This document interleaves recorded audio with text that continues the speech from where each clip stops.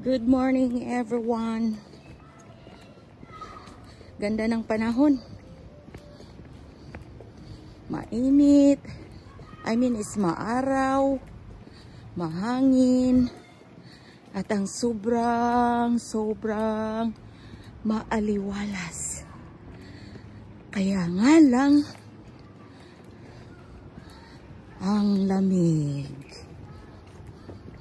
Malamig. So now, walking. Naglalakad na naman ako papunta sa work. So, God bless everyone, everyone. At sana po ay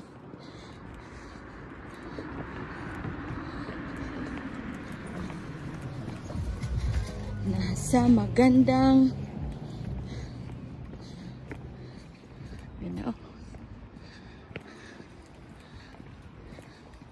kalagayan kayong lahat. Good night Philippines and good morning.